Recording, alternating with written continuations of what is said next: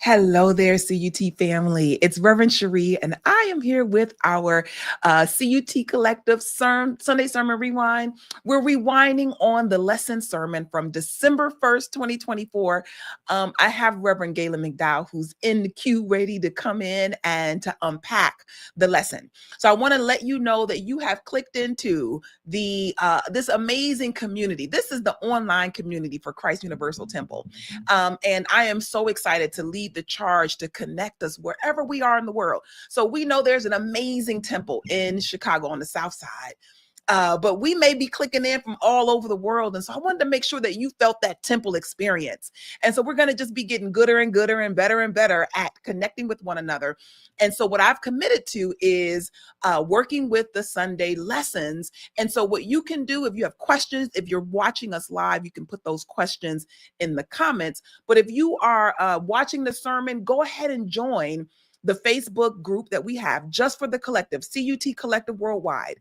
And you can ask your questions immediately after the sermon or even during the lesson to say, hey, wait a minute, I really want this question to be in the upcoming sermon. So I want to invite you to do that. All right. So without further ado, I'm going to bring on Reverend Gaylon McDowell, who gave a powerful lesson this past Sunday.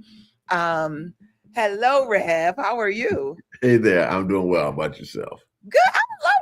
I'm lovely. I'm over here. So I've been travel for Thanksgiving. I was in Cleveland. I got to see you guys. On my trip. And what had happened was somehow in my travels, I decided I wasn't going to work out. And it wasn't like a conscious decision, but I just didn't make time to work out. My schedule was all over the place. And I've been working out this week. And oh my gosh. Yeah, that catch up. It is. My body is like oochie owie, but I'm pressing. I'm pressing through. I get it completely.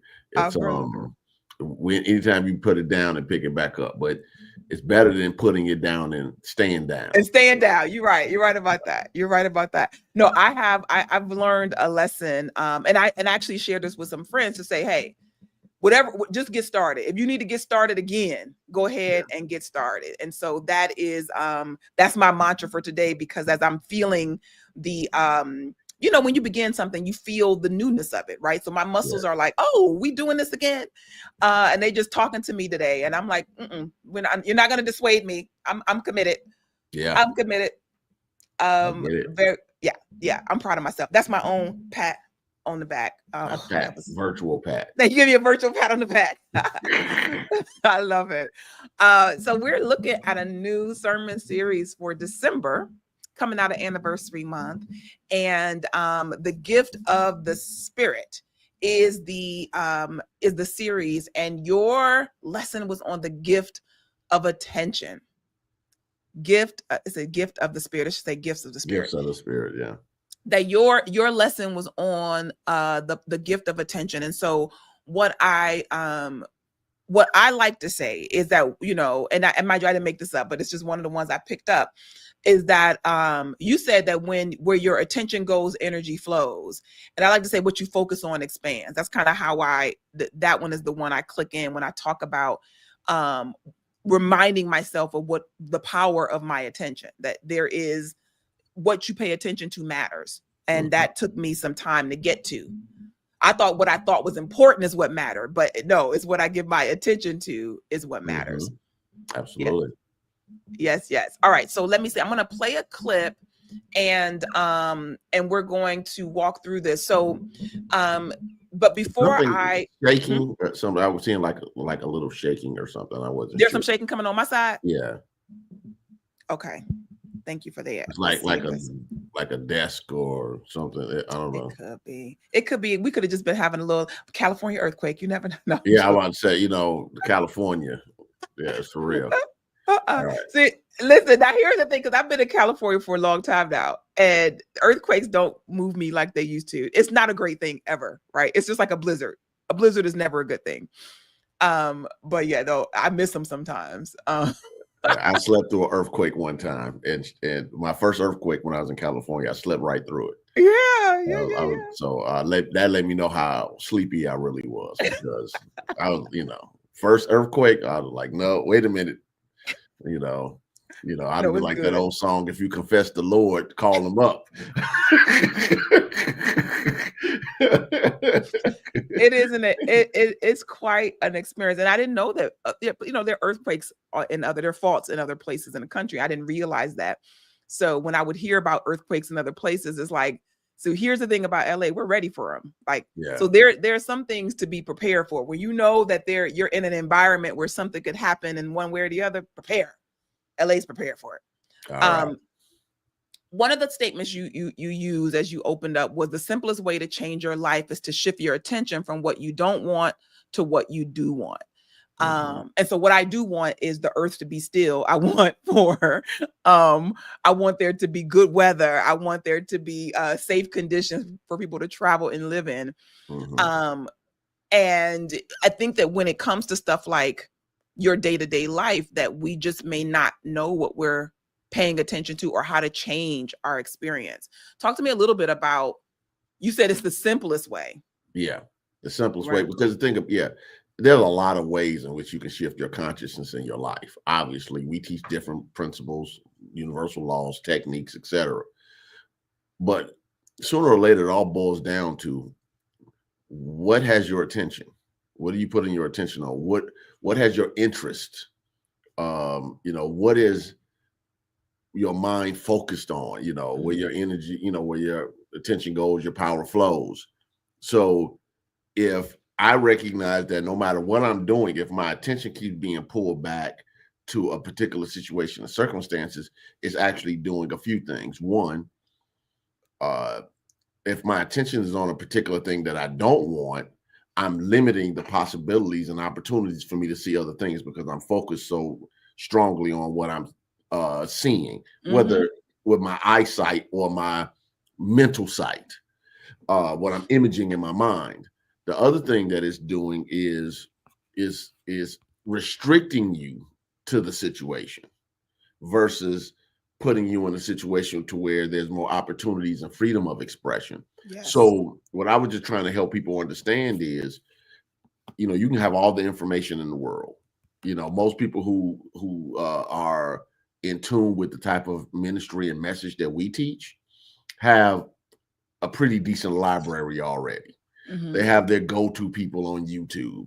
They have, like, us, old cassettes and CDs and other stuff that people don't even use now, of materials.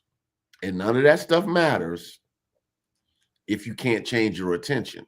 So when I was said, the easiest way is to shift your attention from what you don't want to what you do want, is to not minimize how, the process of changing, because I cover that later in the sermon, but to get people to recognize that this is the master key. You have to be able to take your mind off of this and put it on that, because that's the beginning of opportunity. That's the beginning of you hearing spiritually or seeing spiritually new opportunities and possibilities. That's the new beginning of drawing or producing new experiences in your life. The attention has to shift, because as Eric Butterworth, the great unity minister from the 20th century, used to say, most true students are overread and underdone. And I think that the underdone part is not shifting the attention enough away from what it is that they desire. See, the thing about it is, can you really keep your mind on what it is you say you desire? Les Brown used to go around telling people, in the 80s and 90s, I don't know if he still focuses on it as much these days, but he used to say, you got to keep the main thing, the main thing. And what he was trying to tell people is, put your attention on what it is that you're seeking to produce, what it is that you want, what it is that you desire, because it doesn't make a difference how many years you've been studying New Thought, metaphysics, or any form of teaching. The question is, what has your attention? Yeah. And that's it's the simplest way. I'm not telling people go study and meditate with a monk in Tibet. Well, there's no Tibet now, but with a Tibetan monk in China or somewhere else, or go to India and sit in a lotus position for 8 hours a day for 3 months. I'm telling people, your mind is on this. And if you want your life to change, take your mind off of this and put it on something else. Well, that's hard. Okay, then you got to do it over and over again. Or how often? Like the book of Genesis said when Jacob was in the wilderness with God, I'm not going to let you go until you bless me. Until you bless me. Yeah. So this clip that I'm going to play is really setting up the power of your attention, because what I think is key for us to understand is that we are in control of our thinking. We're in control of our mind. And maybe you need to take back control. And I will say this because I'm saying this to myself as well, that there are situations and circumstances where you just forget that you can control what you're focused on. So this lesson was a powerful reminder for that. So as I cue up this clip, you talk about also just right after this clip, you talk about and give some steps and some tools, right? Like some questions to ask yourself.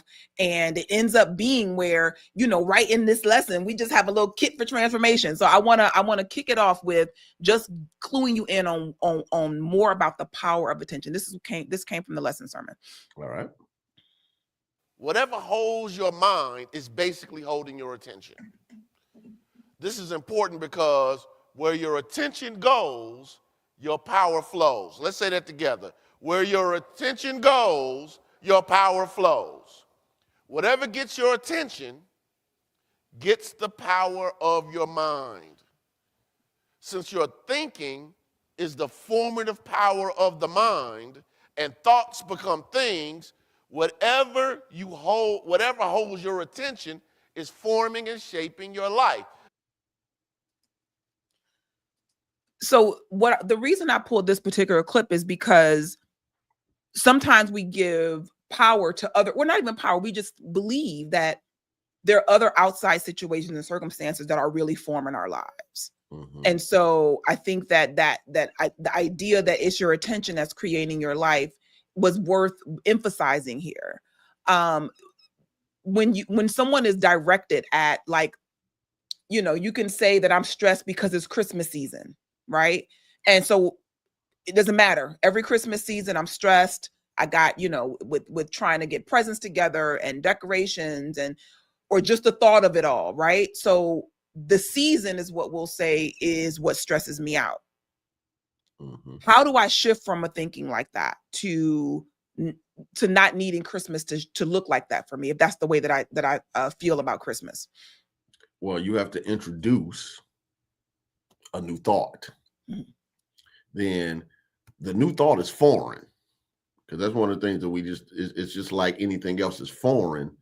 And the old beliefs, almost like your immune system will attack something that's foreign.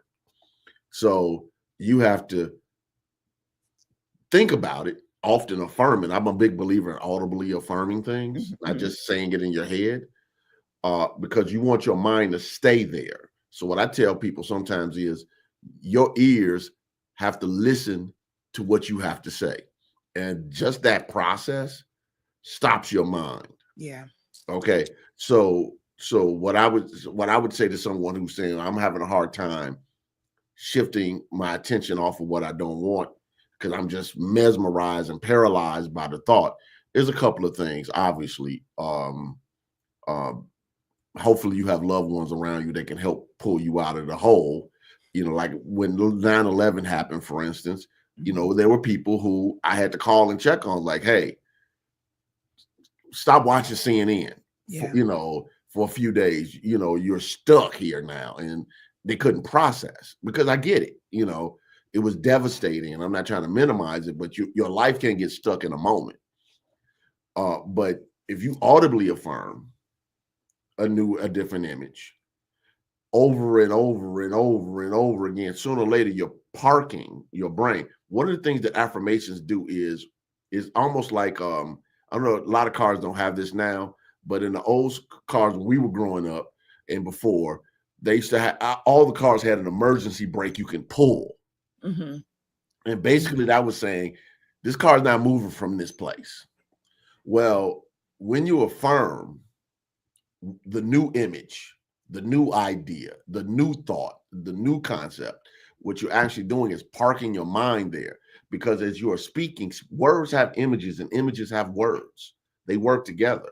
So as you continually do it, you're pulling your mind away from what it is that you don't, and you're creating new self conversation. What takes us down often is our self conversation. Right. What we're telling ourselves in our Yep. minds over and Repeating it over and over again. over. Mm-hmm. So this is why, for instance, to use the Buddhists, they use the mantras. You know, a mantra in its own way is an affirmation, as you just said, over and over and over and again, over yeah. and over again. We look at it because we don't understand the language and the purpose or whatever. But all it is saying, I'm going to crowd out those old thoughts, and I'm going to build a new thought, and I'm going to reinforce it over and over again. Again, how long? Until it blesses me. Mm-hmm. Now, obviously, sometimes getting new images requires getting up and going to sometimes to different physical spaces and all that. But I don't want to make it simple. I want to make it simple. But sometimes just going out and, okay, I'm going to go do something different. Or I'm just going to go sit in a prosperous area. Or I'm going to go, I'm go sit down, and I don't have the money to go and to eat at the place, but I can drink some tea or some coffee at this nice place or whatever. I don't know. Put on some different clothes. Reverend Coleman used to tell people to put on your nice suit or dress or whatever. Treat yourself to a meal. Go buy yourself some roses or flowers. Pull out your best china and eat on them. She was trying to help people create a different image. Right. And so there are many different ways to do it. The question comes into play is you have to pull your attention away. And I believe a lot of that starts with audibly affirming to yourself the new thought. Yeah, no, the audible affirmation is powerful. And I know that when I talk about affirmations and just different tools for your spiritual practice, the way that I use mantras is more like, I literally call them just short affirmations that you repeat, right? Yeah. And the I think I saw this Reverend who's the senior minister at Celebration Center? Greg Stamper, yeah. So Reverend, he had a thing where it's like, say I am prosperous 100 times. And so I worked with people because I like the idea of just having a number so that you can kind of retrain yourself. So in that moment, it's like, speak a word. You can always speak a word. You don't have to buy it. You don't have to, it's right there. Just speak a new word. You said so speaking a new word is one thing. This is another quote that you said I thought was really, really powerful. The tongue in your mouth and the tongue in your shoe should be going in the same direction. Yeah. That just means that our words and our actions should match. Mm-hmm, mm-hmm. And because the quote James Brown, some people are talking loud and saying nothing. Mm-hmm. So we want to be in a space to where understanding that integrity is really when your mouth, your words, and your actions match. Mm-hmm. And people notice immediately when they're not in alignment. Yeah.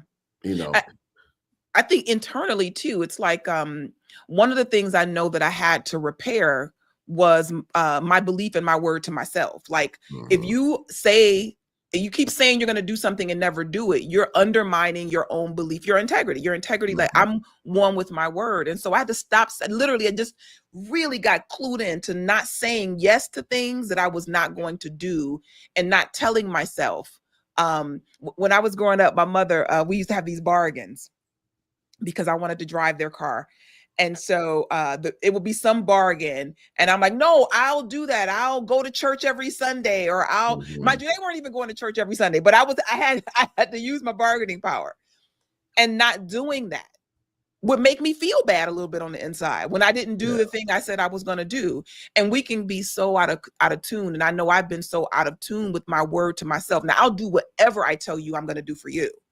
Like, I don't want you to think badly of me, right? And so I'm going to do whatever I said I was going to do for you. But for me, it was like, sometimes I did, sometimes I didn't. And I had to begin to rebuild the relationship with myself.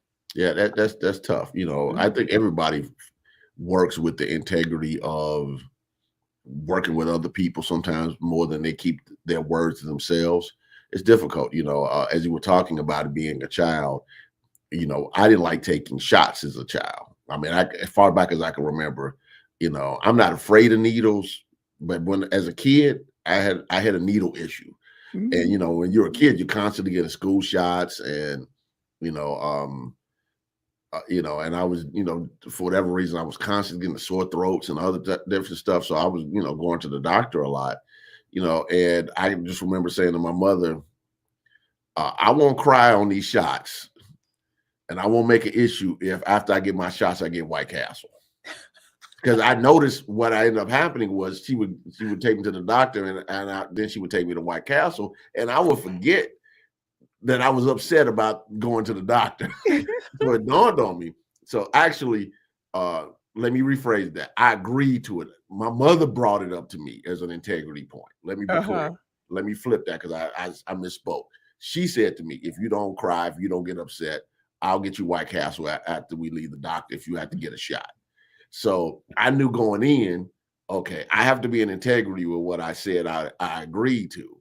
And then after a while, it wasn't an issue. But guess what? My mom still kept doing the White Castle thing for years, even though I try not to mess with White Castle now, Lord.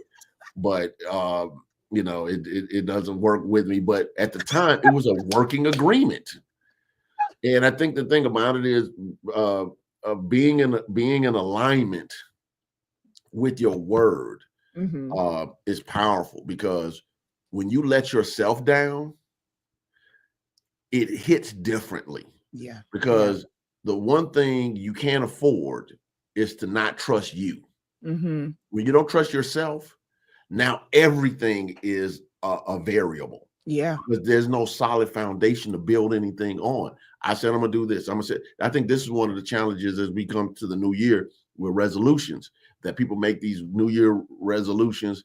And I was just listening to something that Tony Robbins, I was at the gym yesterday, and Tony Robbins, listening to him, and he said that the data shows that by January 15th, I think he said something like 85% of the people who make New Year's resolutions, they have already failed to be in integrity with them. In other words, they've already stopped. They made it New Year's Day, I'm doing this, and this. And by January 15th, it'll be different. I'll notice in the gym. I'm just waiting for it. Not being able to get on the treadmill when January first 2-3 weeks of January. By February, everything's back to normal. It starts to trickle down. Yeah.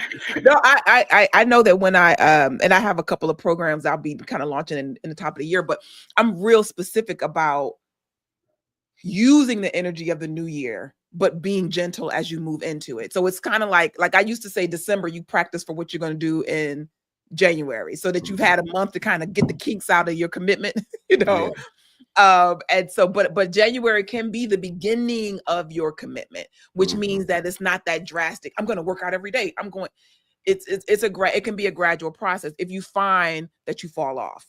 Yeah. And because again, that undermines your word to yourself. It feels bad. It makes you feel bad about the start of the year. Yeah. And that's what I tell people sometimes that work with this commitment issue. What's worked for me is sometimes I give myself short commitments. Instead of saying, I'm working out every day for the rest of my life, can I go to the gym every day for 21 days? Like, I'm not saying this is a forever thing. Yeah. But what I'll do is I'll feel good after I complete that task, because I gave my word to myself. I completed. I mean, I've done that before, 21 days, 40 days or whatever. And I've been, no exaggeration, I've been at the gym sometimes at 11:30 p.m. at night. I was not letting midnight get past me. Right. Life, changed up on me, and some unexpected happened.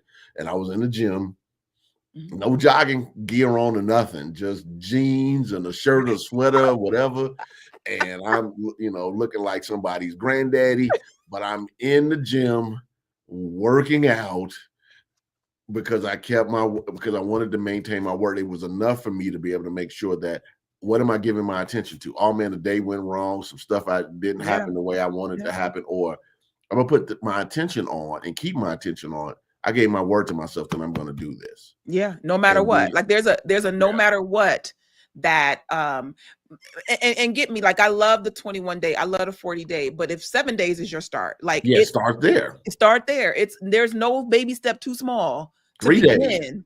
Three. I'm 3 days. just going, yeah. I'm not gonna eat Snickers for 3 days or whatever is your thing. Just 3 days. So listen, let me tell you what I was dealing with candy like that. What I did is that my thing was I could not. I was prey to the checkout line candy, right? The advertising worked, the whole method worked for me. And so one day I said, I do not eat checkout. If candy can be available in the checkout line, I don't eat that candy.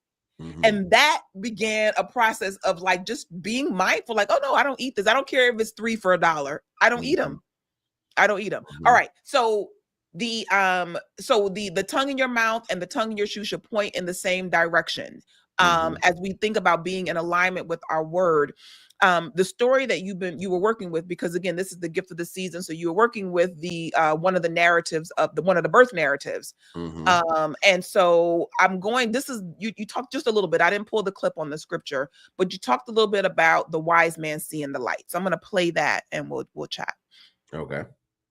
They saw something that was out of the ordinary because they were paying attention.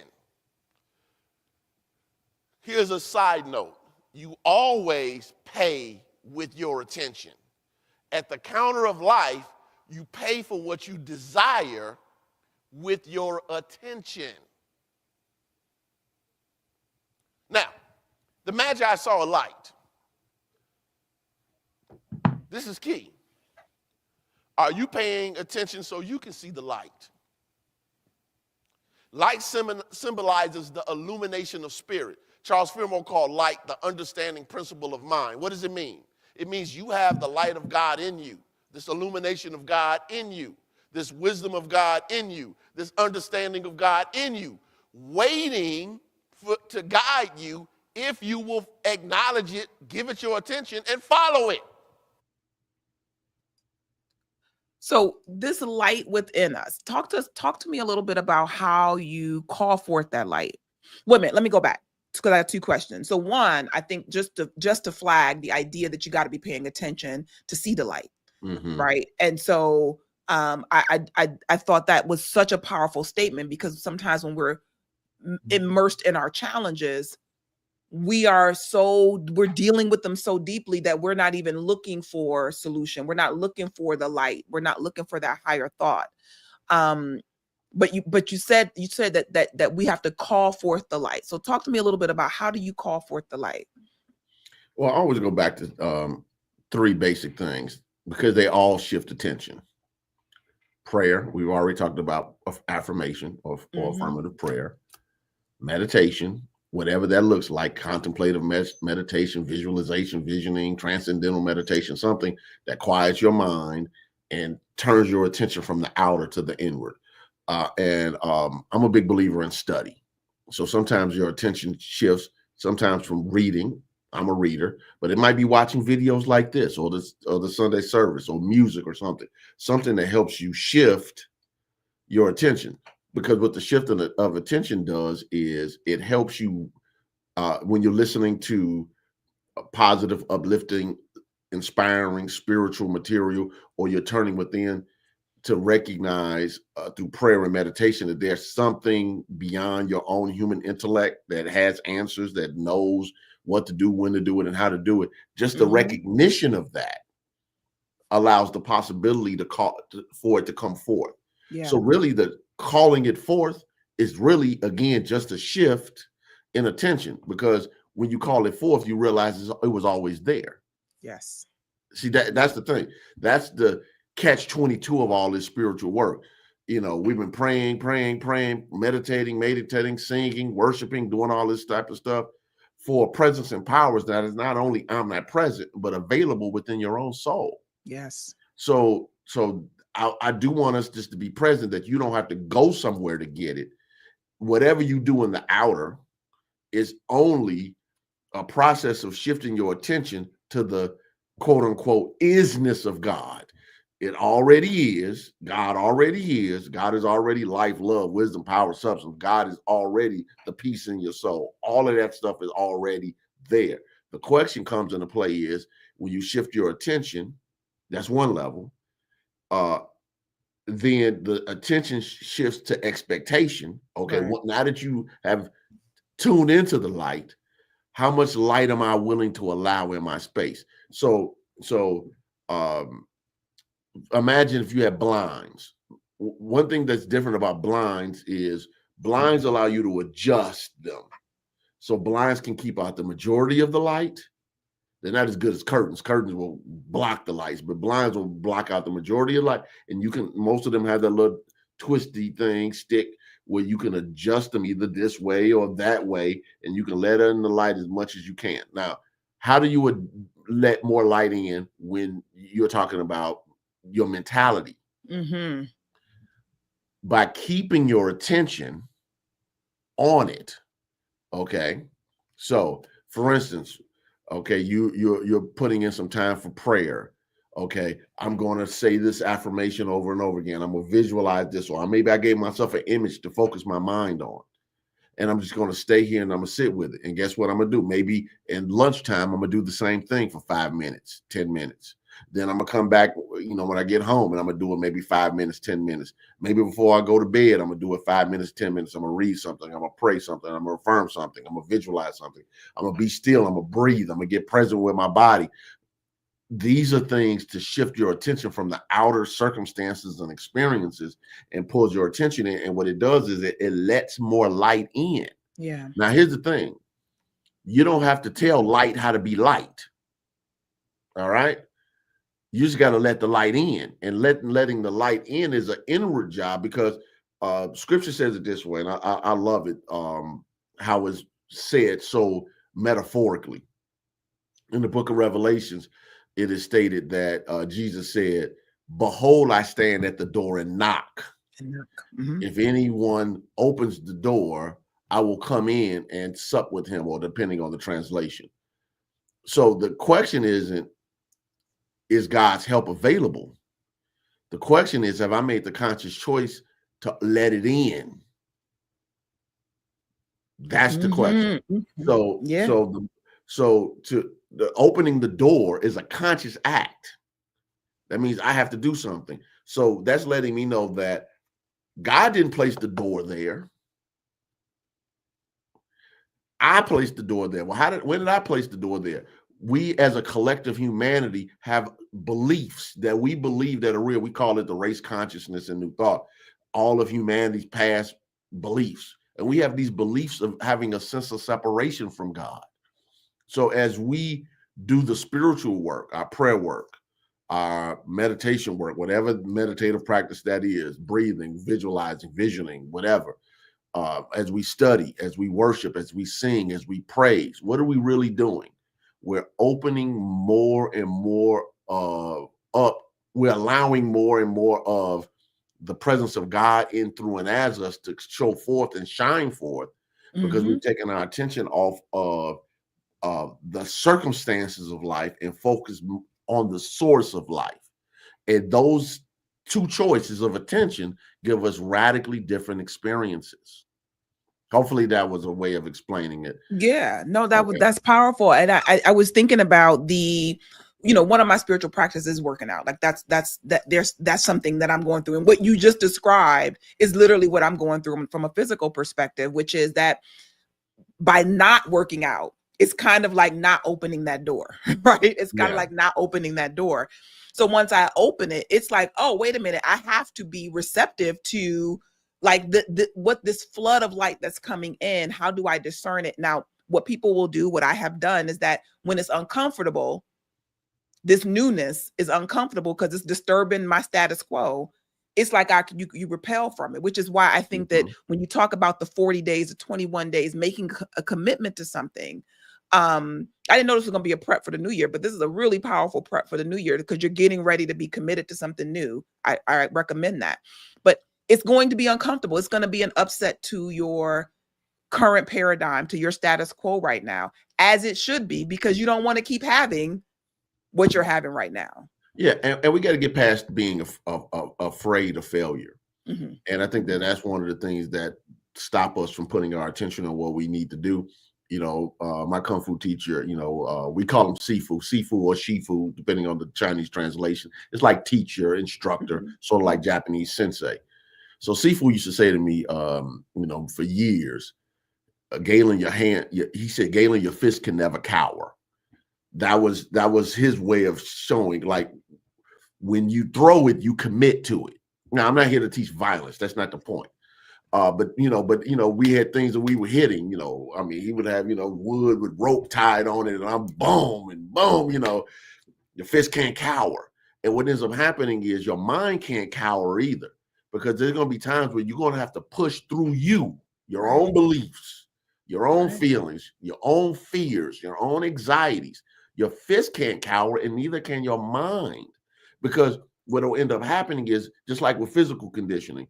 I was at his house last weekend. Here's this big new Wing Chun dummy. I don't know if you know what it looks like. Some big wood thing, and then these wood arms, you kick them, trap, this, that, and other. And I'm doing the bum, bum, bum, bum, just playing with it. And I was like, man, my forearms are really feeling this. Now, this would have been 10 years ago. My forearms are like steel, because I was outside with him pounding trees with my forearms and all this crazy kung fu stuff. The point that I'm making is, I had to catch myself because I hit it once and I was like, ooh, and I pulled back because my conditioning wasn't there. Now, this is why I'm bringing up this example. When we're not consistent with our spiritual practices, when we meet life, boom, oh, let me pull back. Maybe I don't want to push up against this health challenge, this prosperity, this relationship breakdown, this career situation, this thing that I don't want to deal with, whatever that thing might be. We tend to cower because we're not conditioned. So what did I have to do? I had to adjust. Okay, maybe I need to take off 20% of what I'm doing and still do it, but not do it as hard and as fast as I used to be able to do it, and get myself back up to speed. What people do often is, when they bump up against life's challenges, they stop completely versus saying, what can I do? Versus this hurts, I can't do this. What can I do? If you just keep asking yourself the question, what can I do? Now that's shifted your attention to solutions versus focusing on the problem. Right. No, that was me all day today. That was me all day today, because I'll tell you this, that what I know for sure is that if you begin to work with keeping your word to yourself, your life will truly transform, little bit by little bit, because you'll find so many ways that you don't keep your word. And you'll start to catch yourself if you begin to do that. And that's really the ultimate, like when we talk about a New Year's resolution, we talk about setting intention. It is that I'm practicing keeping my word to myself. That's essentially what it is. And so, without excuses, I've shared here before that when I wake up in the morning, I cannot decide whether or not I'm going to the gym in the morning. That decision would have had to been made that night, because I never want to go to the gym in the morning. Rarely do I want to go. Right. Exactly. There's always a reason to want to sleep more, to whatever it is. Right. And so just eliminating that as an option has, I found, worked for me. And I keep my word to that now. But that was a building of trust in my word to myself. You talk about intuition in this next clip. I'm going to play this. I have a few more after this. It was a good sermon. It was a lot of good stuff in here. So we may not get to all my clips as usual, but I tried to make it a different type of sermon, and hopefully that landed, because it was more contemplative. Yeah, I thought the questions were powerful, and I pulled some of those out so that I'll share. But it is important that we're not just listening at these things. This is truth to work. And so I thought those questions were really powerful. I hope you all wrote them down.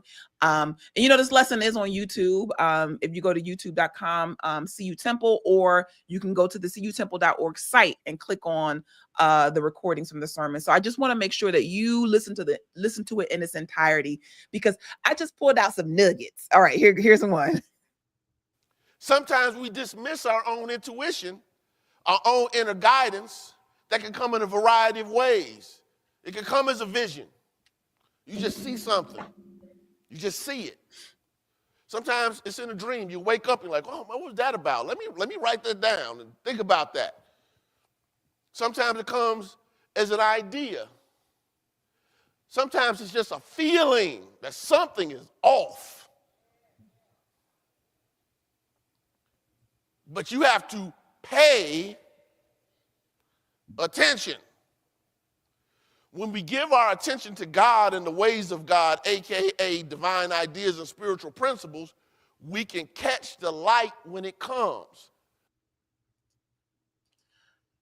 So one of the things that I used to think is that God spoke through adversity. Like it was kind of like the stories I would hear that I was impressed by were like, I was driving down the freeway and I just changed lanes. Like God was like, get in the next lane. And then something fell off a truck. And you know what I mean? Like, it's like, I thought that was like, wow, God at work. And yes, it is.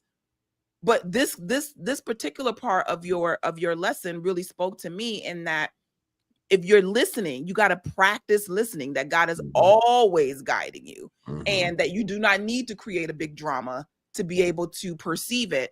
But you do need to be aware of how you perceive it. I think that that's like, that comes in the practice. Christine said a feeling, a vision or a dream, that there is, how do I perceive God? How do I hear? And what is that comes to me? How does it come to me? Something to be aware of. You talked about hearing God through your spiritual study, right? And there are people who it's a feeling that comes over that they can't describe. It's somebody, it's just an idea that pops out of what appears to be nowhere. But to be mindful of like, what's that? How does God communicate? How do I perceive God's communication best? Absolutely. Yeah. Let me see. Okay, I was looking to see if I had any questions. Know that you can put a question in the comments, and we'll be sure to get around to it. Here's another wonderful thing that you said in the lesson is what we have been seeking is what is showing up. Yeah. One of those wonderful gut punches. All right. So what we have been seeking is what is showing up. Talk to us a little bit about that. So this is part of teaching metaphysics that, the part that people often don't like, that, we say we desire certain things, we want certain things, etc. And then we try to disavow what is actually present, what has been showing up, and what has been our consistent experience.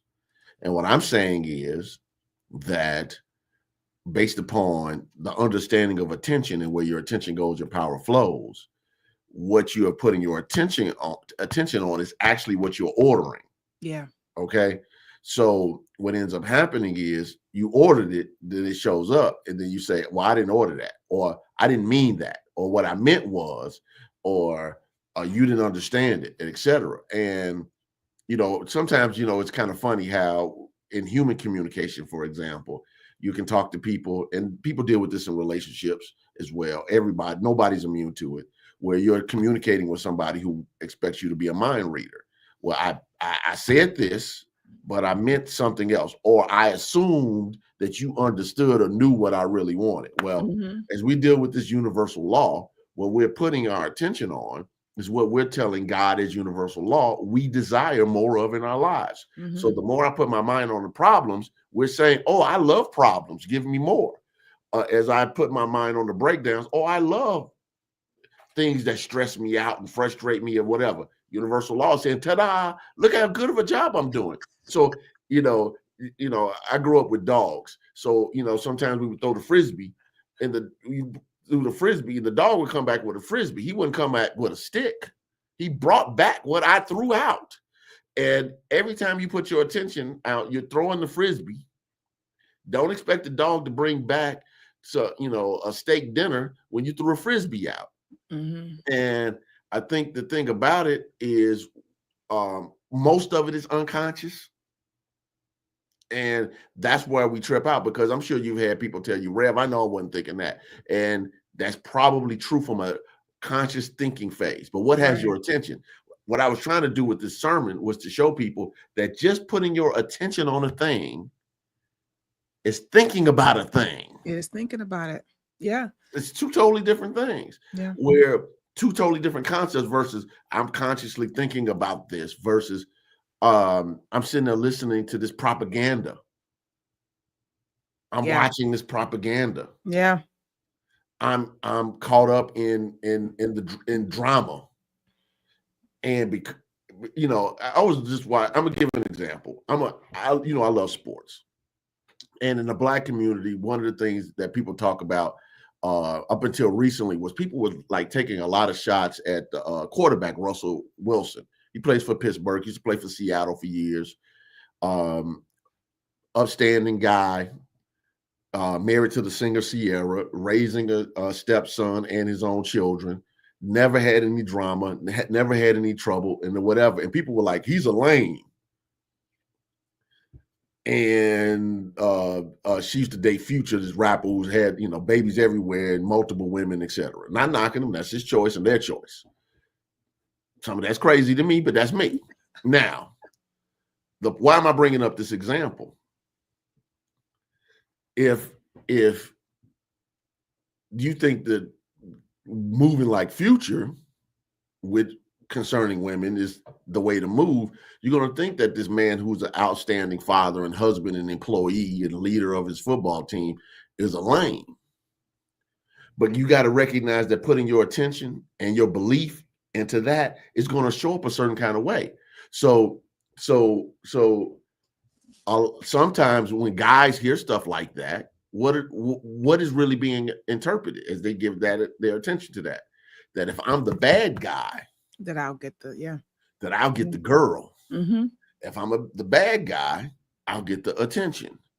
If I'm the bad guy, and I literally, I've heard people say this.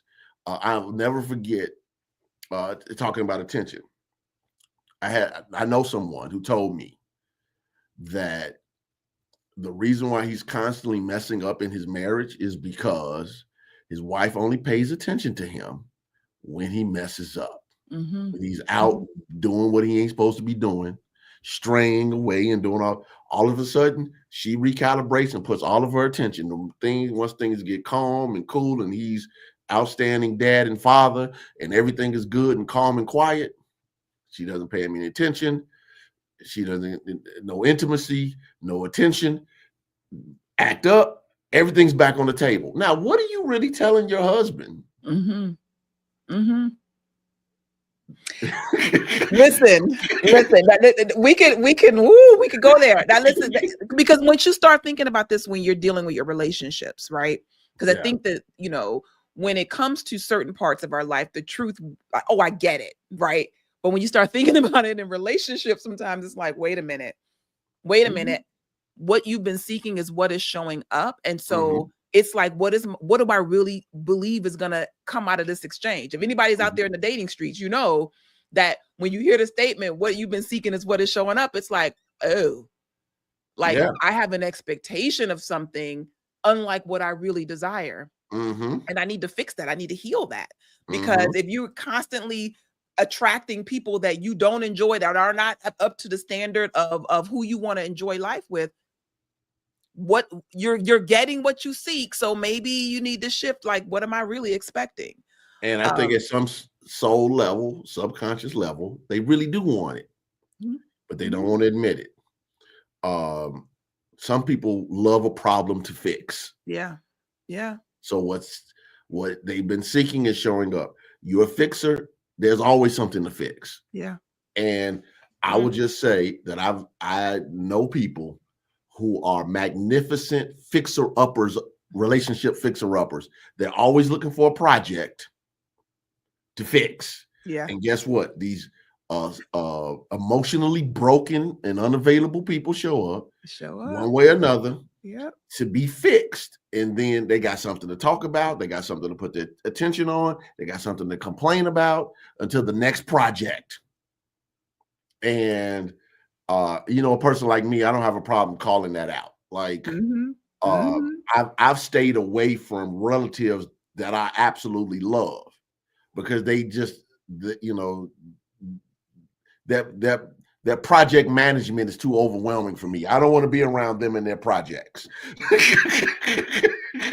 And I'll just leave that at that. Listen, I remember the day I hung up my tool belt when I said, wait a minute, I'm attracting people that need to be fixed. Like this, who did I? When did I decide I was a savior?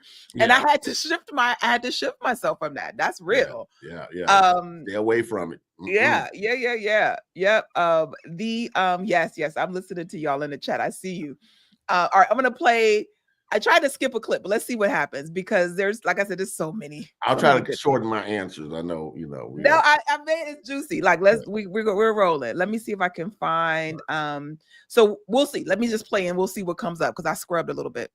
Okay. Can you imagine being pregnant for 6 years straight? Like just ongoing. Pregnant for 6 years. Gigantic baby just inside of you. Kicking and punching and elbowing. That would be very what? Uncomfortable. It would be painful. Well, guess what? We have gifts and desires and abilities that are begging for our attention, and we leave them unattended for 1, 2, 3, 4, 5, 6, 10 years, 20 years. And they're seeking expression because we're pregnant with that possibility. And we refuse to give it birth. It's begging for our attention. So every now and then I pull a clip that I needed, right? So sometimes I'm thinking about you all and I want to make sure that I'm pulling things I think would be great for you to hear again. But sometimes it's about me, oh Lord.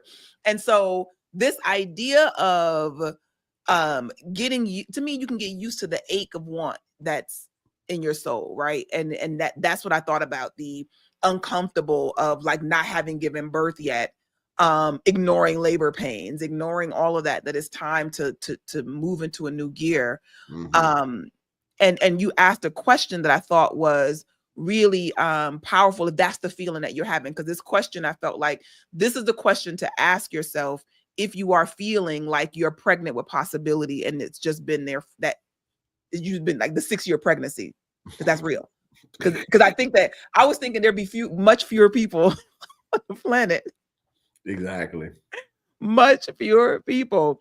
So you said, what is spirit guiding you to do right now? Mm-hmm. And I think that there's sometimes that you have triplets and quadruplets that you're holding on to, but it's something right now. Mm-hmm. It's not to work on everything at one time, but something right now. What is spirit guiding you to do right now? So Rev said that this lesson has some contemplation involved. Like this is something for us to think about. And I want to encourage you to take that question and journal about it. Like really just kind of write out, whether it's a list, whether it's a paragraph, whatever it is, what is spirit guiding you to do right now? Mm-hmm. What would you say is like, as you're moving through that, because I'm saying to journal it, are there other ways that you should work on contemplating this? Just sit down and think about it. Breathe and just think about it.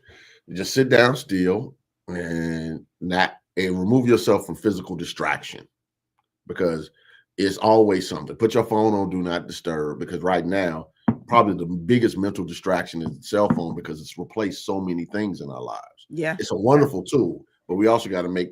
But it was created to keep our attention. We got to be mindful of that. So put the phone down, put it on do not disturb, sit still. If you can't do that at home, go somewhere where you can just sit still and contemplate. Go somewhere where you feel safe, where you can breathe and relax and do what you got to do, and go from there. Mm-hmm. Okay. So, I made my screen messing up at all because my computer's doing some stupid stuff. I'm hearing you loud and clear. Okay. All right. So I'm just going to have to just let that be. So my point is, you got to be still. You just got to be still and just contemplate it. What is spirit guiding me to do? What is spirit? Mm-hmm. And that don't mean you'll get the answer right then. But if you put some dedicated time into the process, you might get it while you're driving. You might get it later that day. You might get it the next day. You might wake up with an idea that you didn't have before. But you got to stop and actually put the time in and just, I would just say, affirm it, breathe. Affirm it, breathe. Give yourself 5 minutes. Give yourself 10 minutes, whatever that might be. and just continue to do it over and over and over again. Yeah, it's building up that expectation, because I expect for when I ask a question of divine wisdom, I expect for a response. I expect to get the answer, the insight. And so I know God is as instant as I am, but I'm not married to that moment. I'm not Yeah. married to getting it when I sat down and opened up for it. So but I do expect. I do expect. Yeah, expect an answer. But the answer is not, it's not you waiting on God, it's your receptivity. So what ends up happening is we do our own internal process. We're opening ourselves up to the availability of the answer. Yeah. And I think that we have to make sure that we make that distinction. The answer is already there. Or as I like to say, there is a way. I might not be clear about what the way is, but there is a way. It's therefore, since there is a way, there is an answer. And since I know there is an answer, that means I just have to be open and receptive to receive it. Because here's the thing, there are people who are playing with answers well above our pay grade right now. Okay. And I would just, I got a video to watch I got from somebody that was talking about a lady that went from being a waitress to a billionaire. I got to see if this is legit, because that means while she was waiting tables, she was contemplating something higher than her current experience. And here's the thing. This is one of the things that's unique about the human being. The human being has the ability to think itself outside of and beyond its circumstance. You can think yourself out of something. Yeah. That doesn't mean that you don't take action, but you're not limited to your environment. For good, bad, or indifferent, because we've done a lot of bad with this. You can literally recreate physical environment. I don't want trees here.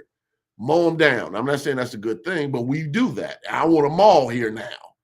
We create the experiences and the circumstances and the environments we desire.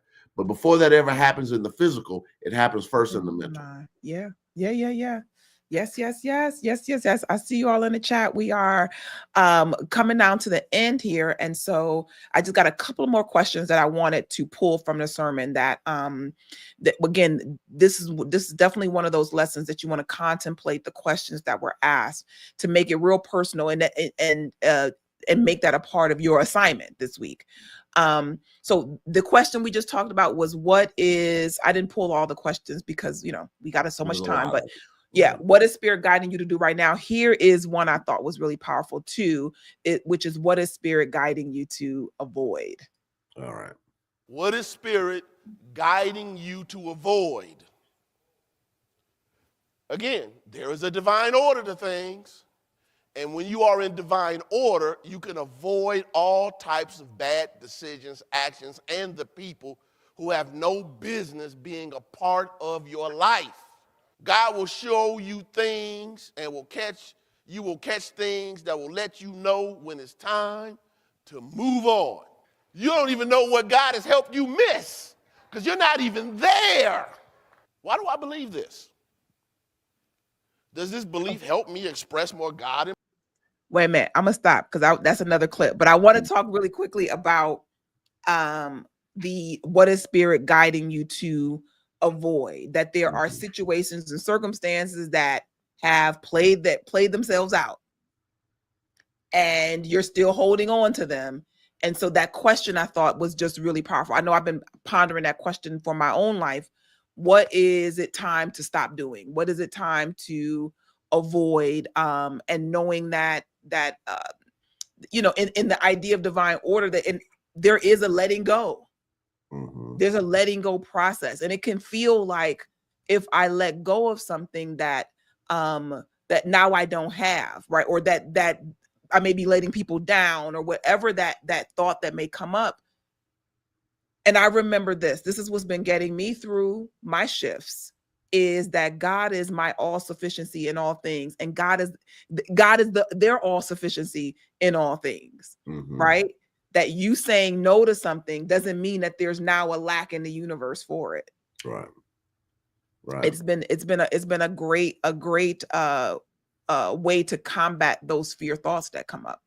Yeah. And I just wanted people to just be mindful of, sometimes you don't have the evidence to back up what you have avoided. Yeah. Right. You know, one of the things I read many years ago from Joel Goldsmith was that he believed that at the proper level of spiritual consciousness, you can live above what most people encounter and experience. It don't mean you avoid all of life, but you will avoid a lot of things that touch other people. Right. Don't even get near you. Now, here's the thing. You won't even know what you avoided. You just know that you weren't there. You weren't touched. The person had the thought to do it and saw, and you were invisible to the person. And the person, after you got robbed, I'm not saying that's a good thing for the person that got robbed, but I want you just to be from the mindset of there are things that can function at levels to where you don't even realize. Like, you know, sometimes you'll be aware of it, sometimes you don't. You know, just walking around with this, you know, I have a thing that I'm divinely protected. That's one of my really ingrained beliefs. So, you know, I've been on the highway and cars are sped out behind me and stuff are falling off. You know, they're doing construction on the Dan Ryan, falling off the, you know, construction bricks falling off right before me, right after me, right next to me, whatever. Those are obvious things. Yeah. But what have I missed? And it's yet another reason to stay prayed up. Yeah. Yep. And so I know that who was it that somebody put in the chat that Cheryl said that she had a incident where she received mercy, she said, and that the car behind her ended up having the challenge after something came at her. And I think that it happened to me just a few days ago, and I'm like, okay, so now I want to raise my consciousness where when calamity is getting ready to potentially strike, that it doesn't take out anybody, right? That because I was in a situation where I literally changed the lane randomly and the car behind me never stopped and rammed into the car in front. And I'm like, whoa, okay, now what shift in my mind can I make? Because that's how powerful I am.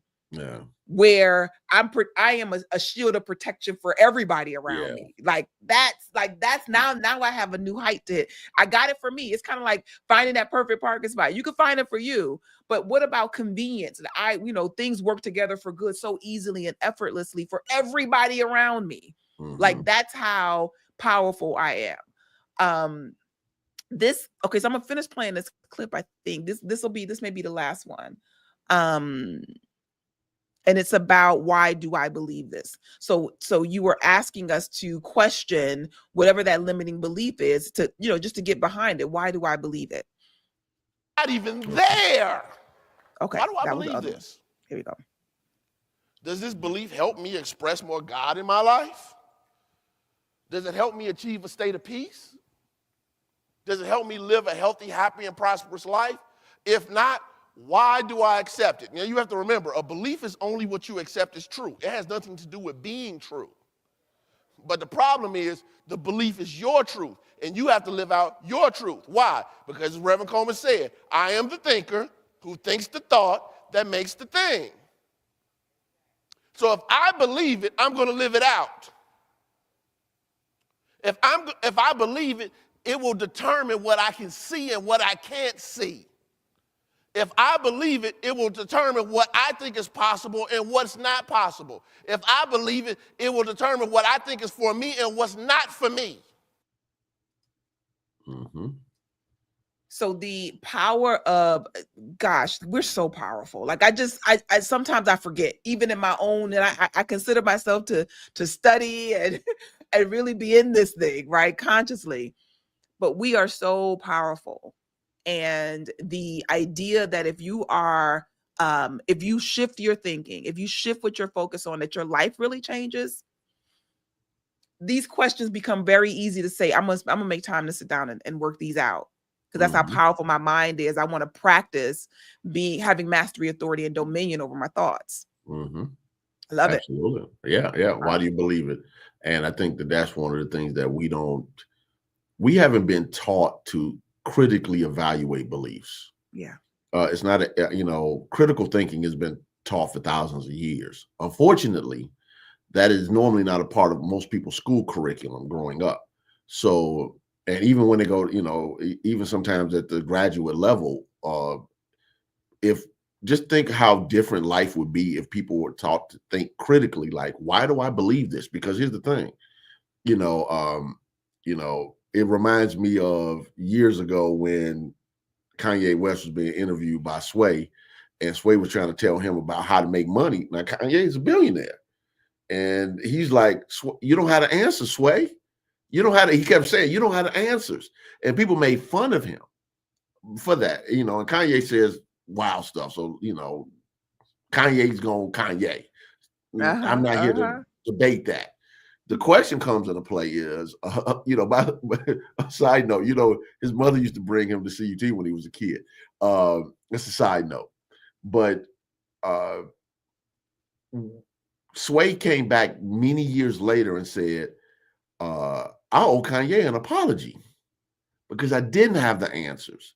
And so this radio DJ was trying to tell Kanye how to make millions of dollars in the industry he didn't know anything about. But everybody's willing to be a Monday morning quarterback. What is a Monday morning quarterback? A person who's not in the game, who's not a player, who doesn't know the game plan, and does not have the intricacy of the knowledge base or the skill set to do the job, telling people who know how to do the job what they can and can't do. Yeah. So you have to tell yourself, and sometimes you got to tell the other people that trying to tell you what you can and can't do. You don't know how to answer, Sway. That's right. That's right. That's right. That's right. Yeah. And bigger than that is that you're so unique. Yeah. That everybody's experience and expertise is just an opinion. You can consider it depending on the source, but that's not your ultimate truth. There is, I think that when someone who I respect says something, I have to remember that I'm still getting it from their consciousness. I'm getting it from their awareness. And again, depending on the person, the source, I'm like, hey, I'm going to work with that. But every thought I get to say yes and no to. Every person's opinion, I get to say yes or no to, no matter who you are. Right. And we all, I know, I'm thinking of times I've accepted something that somebody I love said to me, and it wasn't true. Wasn't true for me. Yeah. Now, here's the thing. I'm a big believer in good counsel, having people around you that are good thinkers, good counselors. I'm not saying diminish that.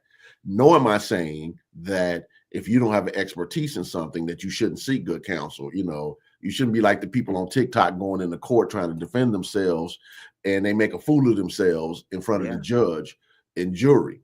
I'm not saying that. What I am saying is that investigate why. Anything that's a limitation on you, investigate why.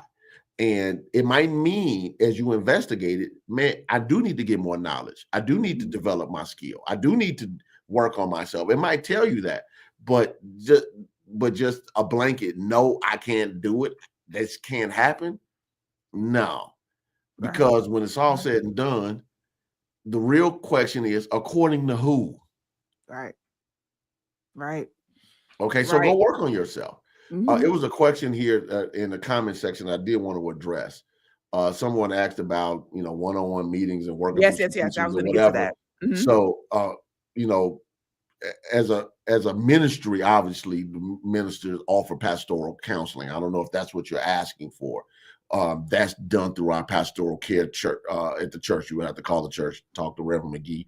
She can set that up with a minister to talk. Obviously, I would just say, because love offering based, make it worth, be willing to bless those who bless you.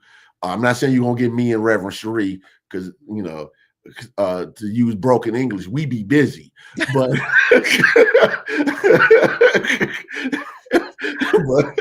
so I'm not making that promise. But as a church, we do offer ways, and it's not therapy. It's pastoral counseling to pull people back to their own presence and power, the presence and power of God within themselves, so they can work through. We pull people back to the principle, and we only meet with the people a couple of times. After that, you got to go talk to another minister, whatever. It's not an ongoing thing. But I did want to make sure that we address that, because it's not therapy. Yeah, it's pastoral counseling.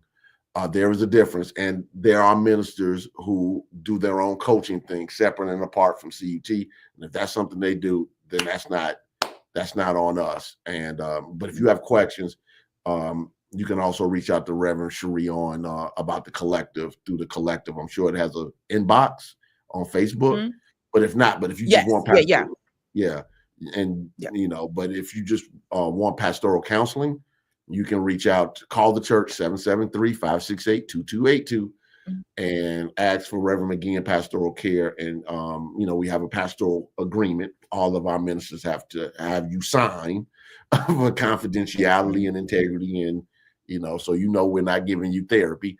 And then the process can do what it needs to do, whether in person or on Zoom or something. Not over the phone. Christine, I want you to ask for me or Reverend McDowell. If you want, I want you to specifically can ask because I hear what you're saying. Like, she said that's not it. If you're looking for coaching, then that's something totally different. Yeah. Either way, let's talk. We can get clear. We can get clear about what you're looking for. Get clear with Reverend Sheree. Get clear with Reverend Sheree on that. Right. Reach out. Just ask for me. Call the church office. Ask for me, and we'll get connected. I'm really serious about that.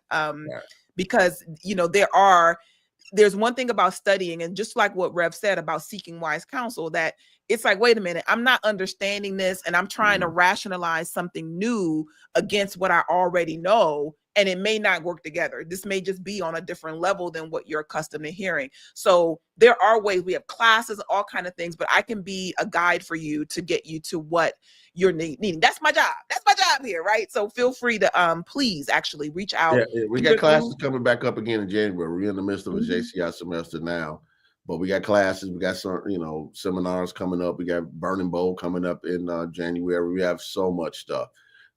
One thing we do have is accessibility. So if a person wants to plug in the CUT, there's so many ways to do it. I mean, just simple fact that we're doing this wasn't something that was even thought of before. And, Reverend Sheree was like, no, y'all gonna do it, twist the arm. So, and now we all enjoy doing it because, because we recognize that people who have questions about things, sermons, seminars, or workshops, or whatever, you have questions, and this allows us to have a conversation around points to help you drill down on what you need to get the results that you desire. And I would recommend anybody that's listening to this video, whether you're associated with CUT or not, go to the website, find classes, when they're offered, sign up for a class. It's virtual. Sitting down with a book and studying with different students and a teacher. You can stop, raise your hand. Hey, what does this mean? Virtually raise your hand, etc. I'm going to teach in person in January. So I've been doing all this digital stuff. I'm going to do a physical in-person class. I'm going to do one. So, those who want the other experience, we have so many wonderful teachers and ministers that can do that as well. We want to give people an experience of whether you want in person or virtual. We got it. We want to make sure that you get what you need to get. Also, I do want to just remind people about my podcast, Truth Transforms with Reverend Gaylon McDowell, on mindbodyspirit.fm or Apple Podcast or Spotify, Stitcher, all those things. I have almost 500 episodes of almost anything you can actually want to study in New Thought. That's right. I teach books chapter by chapter. You can go back as far back as 2012. I've been doing it for over 12 years now. Almost go in a few months, it'll be 13 years. Lessons in Truth, Christian healing, prosperity, so many different things, success, Bible, metaphysical Bible, interviewing biblical scholars, history stuff, how to mental equivalent, so much stuff. I'm teaching Neville Goddard right now. Your Faith is Your Fortune. This is Your Faith is Your Fortune, my old 1994 book I bought in January of 94. So my point is, if you want to continue to drill down, you can have stuff you're listening to all the time at work and whatever. It's so much stuff. Go to the CU Temple page on the church YouTube page and go back over probably 14 years worth of just sermons, just there, waiting for you to pick it up and do something with it. So, and we're going to continue to put the data out there because here's the thing. Where your attention goes, your power flows. Absolutely. So the more you put your attention on these things, you don't have to have all the answers now because that's our intellect talking. Right. What I'm suggesting to you is just take the necessary steps you can do right now. Okay? What can you do right now? What is Spirit guiding you to do right now? Right now. And if you do the right now steps, and then tomorrow you do the right now steps, and then the next day you do the right now steps, eventually you will pull all that information up. Somebody says, could you put that information in the chat? I don't know if Dot is still watching, but if somebody could put my website in the chat. Yeah, I have, I'm going to show you guys, do you guys take a screenshot of this? In 1 second, there'll be, it'll come up. Cause I know that, it comes by real fast, but if you, want to check out Truth Transforms right now, he's working on Your Faith is Your Fortune. And and this is the one thing I love about this podcast is that it gets really down into being able to unpack the information. And you realize that you're reading sometimes past and you're just moving past things so fast. But the podcast really gives us the nuts and the bolts of it and expounds on those key concepts. So mindbodyspirit.fm, Truth Transforms. Again, you can find it on Apple Podcasts, Stitcher, any place that you really go find podcasts, you'll see Truth Transforms. So make sure you get a screenshot of that. And I like the graphic. This one's new, isn't it? It's changed up. I supposedly got it adjusted from August. I was supposed to stop teaching this in August, but you know how things go. I like to be a detailed teacher, so I wasn't going to rush it. I was like, you know what? I'm going to take my time and make sure that people get it. That's the benefit of that. See, classes have a structure. I love that you talked about all the doors to get into CUT. And so the podcast is one, and that's one where you can really get down. It's not so much time constriction as it relates to how long he gets to choose how long he works with the material. Like that's pretty cool. All right. I'm thinking about doing something. I'm contemplating doing one thing for a whole year. I haven't decided if I'm gonna do that yet, but I'm contemplating it right now. Like, okay, I can. It's Mind, Body, Spirit, Candace. I think you misspelled it. Anyway, yeah. But I don't, unless that's a direct link and they misspelled it, which is totally possible. No. I'll put it in there because I like that she's got it all laid out so you can go directly to it. Yeah. You click right on the link and it's right there. Trust me when I tell you, I'm not saying it just because it's me. But I'm saying it because I've interviewed some of the top experts in the world in their different subjects, and I've covered most of the fundamental books that we cover in New Thought Christianity concerning health, prosperity, well-being, spiritual consciousness, prayer, meditation, metaphysical Bible interpretation, you name it. I've already covered it. I love it. So this I'm not sure. This might be the last rewind for the year. I'm not sure. Yeah, it's possible. My sermon, I'm preaching this Sunday, and it's going to be really good. You should see the points I have. I built my skeleton, and I haven't written the sermon yet, but it's going to be so awesome that it might force you. Maybe we'll come back. Maybe we'll come back. Force you to make another one. Yeah, maybe I originally wasn't scheduled for this Sunday, but I had to cover for somebody. So now it's going to, you got the thunder, now the lightning is coming. You can't have thunder with no lightning. What the lightning do? All right. So just know that we will be taking a break for at some point in this month and just kind of recalibrating. There is a powerful experience, I think, coming up that I want you all to get in preparation for. I'm a big fan of taking advantage of the new year. And so just at Christ Universal Temple, there's an experience you can join in on called the Burning Bowl. You guys may have heard of this, have been a part of it, but this is an experience where you get to release what you do no longer want, release things that you've been holding on to for a long time, and open yourself up for what's new. And so I want to invite you to stay tapped into this ministry, because you can have your Burning Bowl experience in person at the temple. And if you're in the Chicago area, go. It is so wonderful to be in the presence there. If you're like me and you'll be experiencing it virtually, there'll be a powerful virtual experience. And then, you know what? I probably will end up doing something specifically for the online community where we just come together and work through this idea of release. But just know that this is don't let December get by you. I know you feel like 2024 may have got by you. Don't let December get by you without some introspection. And so you got some powerful questions from the lesson sermon. You can begin to ask yourself, hey, as I contemplate my year, what do I want to release so that I can be prepared for newness next year? And so we'll have an opportunity to support you in that. But I'm going to go ahead, Rev. Just close out. I'm preaching the gift of commitment this Sunday. So I'm shifting from attention to commitment, and you'll see the natural transition, listeners, as you see it.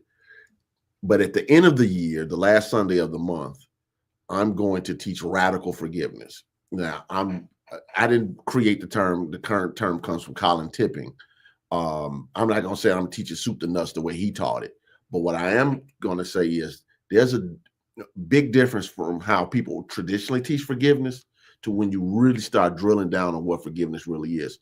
So I decided to teach radical forgiveness. So because that's the last Sunday. So when Reverend Wells, that Friday starts with Burning Bowl. And then that Sunday, the first Sunday in January, starts his new series. I believe it's Ignite Your Faith. I believe is the name of it. You will have gotten the forgiveness stuff out of the way. So by the time you get to Burning Bowl, you will already be like, I'm ready to drop all this stuff.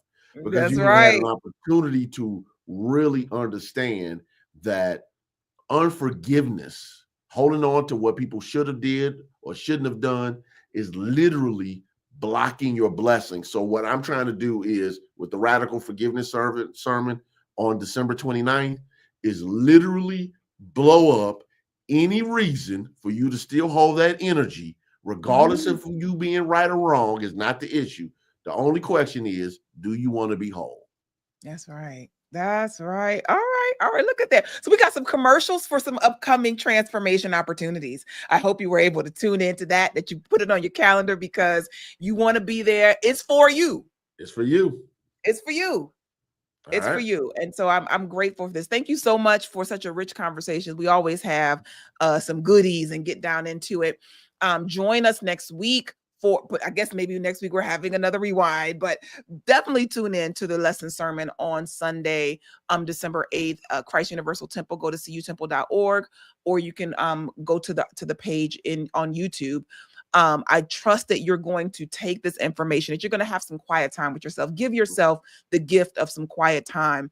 Contemplate these questions. Like there's a call in your life right now that is, like he said, being pregnant for 6 years, that there is time for you to release and let go. It's time for you to say yes to it and be willing to let go of all the stuff that's in the way.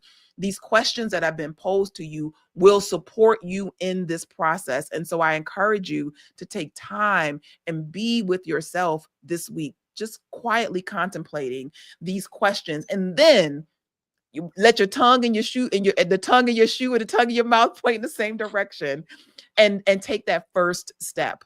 I appreciate you. I love you. I'll be back next week. Maybe, probably, it looks like, because listen, I want to know now what the lightning. I got to have the lightning too. Look, I need the lightning. So yeah. We'll be back and we'll and again, if you have questions, know that you can put it in our Facebook group. The collective has a private Facebook group. You're welcome to put content in there. It's going to keep cooking. It's simmering. It's going to keep cooking as we continue to expand this idea into expression. So thank you for being a part of this conversation, and we'll be back. Have a beautiful, blessed, and lovely day. God bless. God bless.